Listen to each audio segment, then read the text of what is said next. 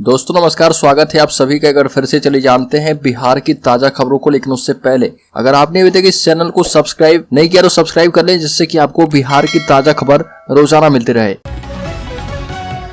सबसे पहली बड़ी खबर, के पाठक के आदेश के खिलाफ सड़क पर उतरी छात्राएं। लखीसराय में भारी हंगामा और सड़क जाम।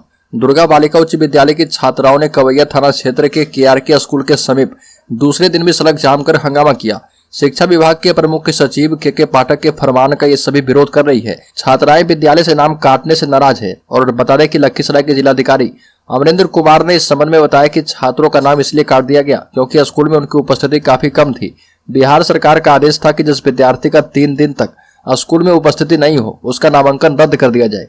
बल्कि बिहार में के पाठक के फरमान का असर, सरकारी स्कूलों से 20 लाख छात्रों के नाम कट गए।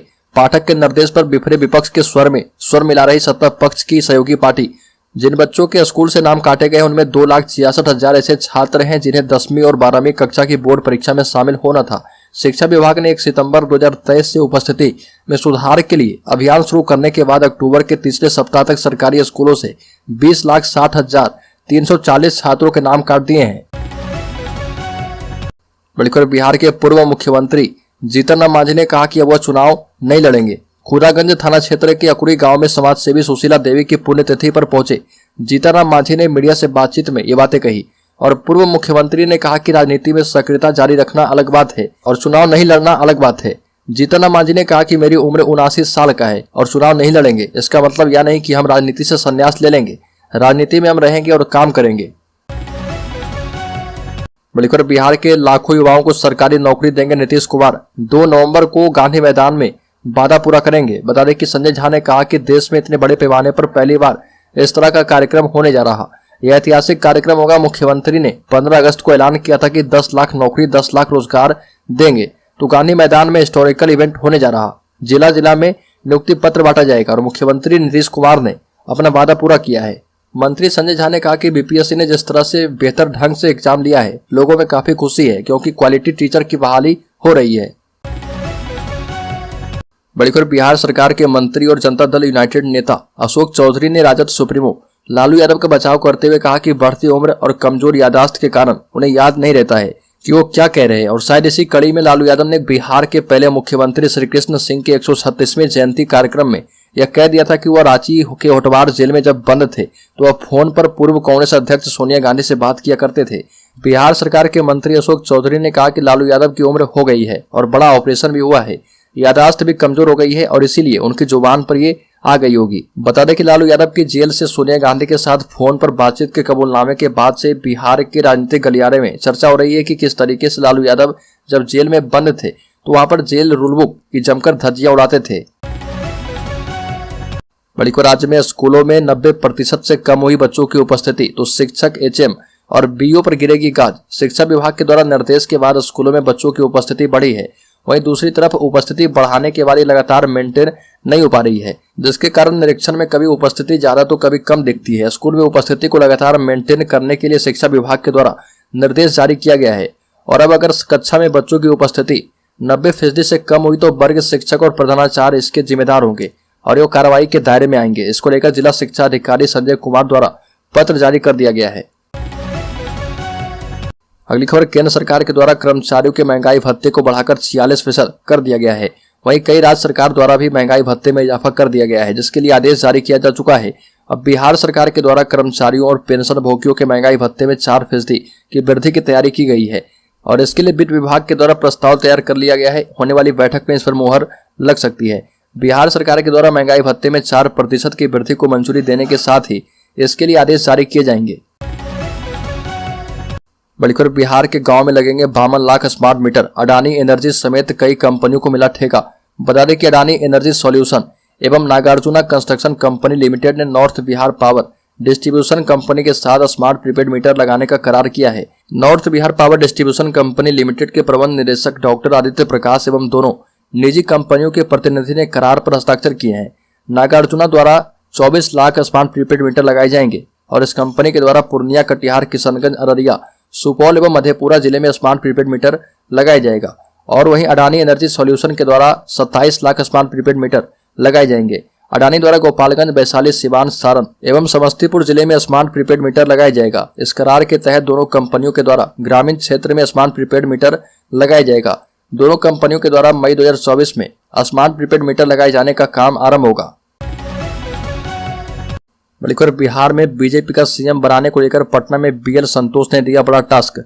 2 दिवसीय दौरे पर बिहार पहुंचे भाजपा के राष्ट्रीय संगठन मंत्री बीएल संतोष ने प्रदेश कार्यालय में पार्टी पदाधिकारियों के साथ मैराथन बैठक की और उसके बाद पार्टी के कोर कमेटी की मीटिंग हुई।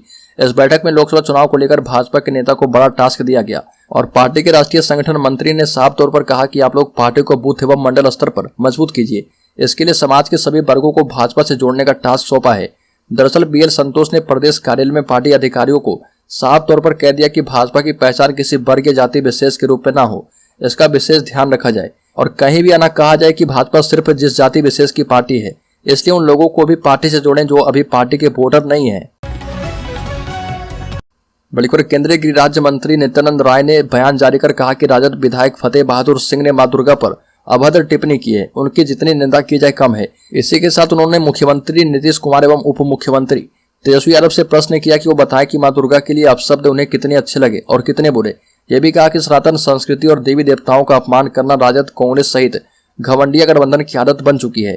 पूरब से लेकर पश्चिम और उत्तर से लेकर दक्षिण तक इन लोगों ने सनातन को कुष्ठ रोग से लेकर जानलेवा वायरस और पैरासाइट तक बोला। बल्कि शिक्षकों पर चला के पाठक का डंडा। 2000 टीचर्स की कटी सैलरी, 22 शिक्षक सस्पेंड। शिक्षा विभाग के प्रमुख सचिव के पाठक एक बार फिर से एक्शन में है। के पाठक का डंडा एक बार फिर से बिहार के शिक्षकों पर चला है, जिसके बाद 2000 से अधिक शिक्षकों की तनख्वाह कट गई है, जबकि 22 शिक्षकों को सस्पेंड कर दिया गया है। शिक्षा विभाग ने कार्रवाई उन शिक्षकों पर की है जो बिना किसी सूचना के स्कूल से गायब थे।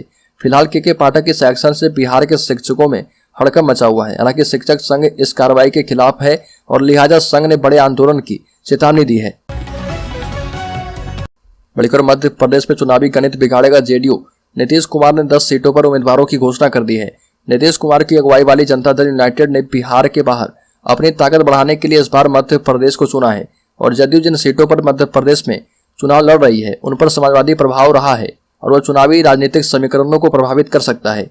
हालांकि जदयू को उम्मीद थी कि विपक्ष के इंडिया गठबंधन के चलते कांग्रेस के साथ उसका तालमेल हो सकता है, लेकिन कांग्रेस ने इसमें रुचि नहीं दिखाई।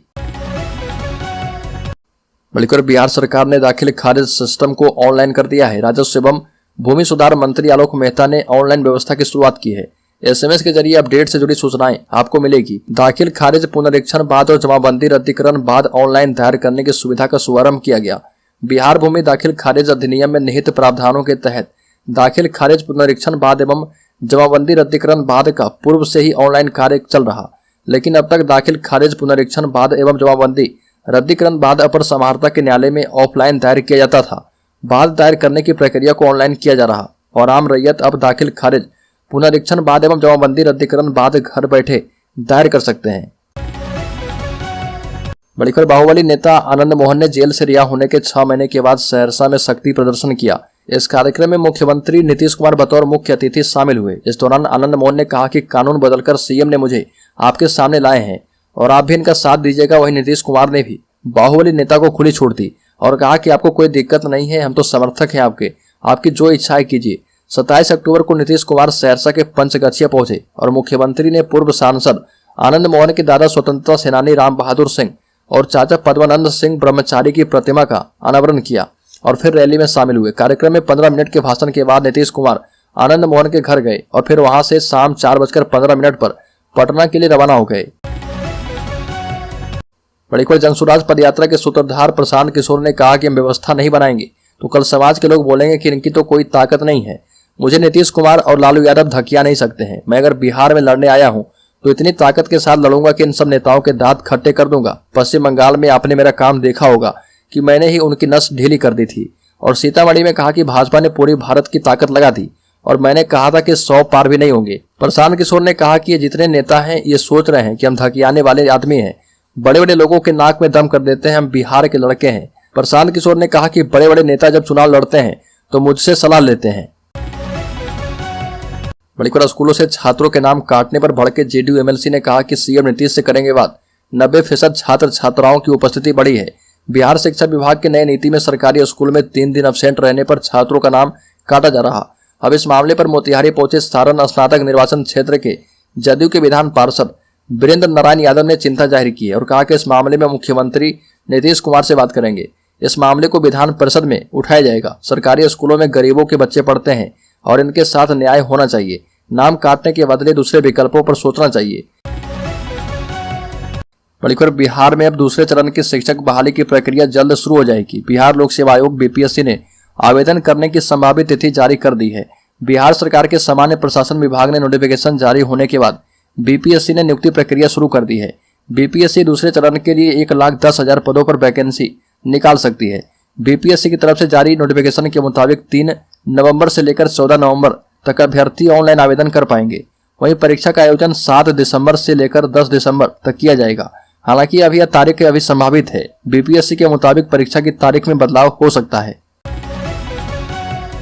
बड़ी खबर, जेल से रिहा होने के 6 महीने के बाद बाहुबली नेता आनंद मोहन ने पहली बार अपने गांव सहरसा के पंचगछिया में मेगा इवेंट किया। इसमें मुख्यमंत्री नीतीश कुमार भी शामिल हुए। इससे पहले उन्होंने कहा कि फिलहाल वो किसी राजनीतिक पार्टी में शामिल नहीं हो रहे। उनके दादा स्वतंत्रता सेनानी स्वर्गीय राम बहादुर सिंह और चाचा पद्मानंद सिंह ब्रह्मचारी की मूर्ति अनावरण का कार्यक्रम है और अगर जेडीयू में ज्वाइन करने लगेंगे तो किसी को क्या परेशानी है। हम अगर कुछ करेंगे तो डंके की चोट पर करेंगे, मुंह छिपाकर राजनीति नहीं करते हैं।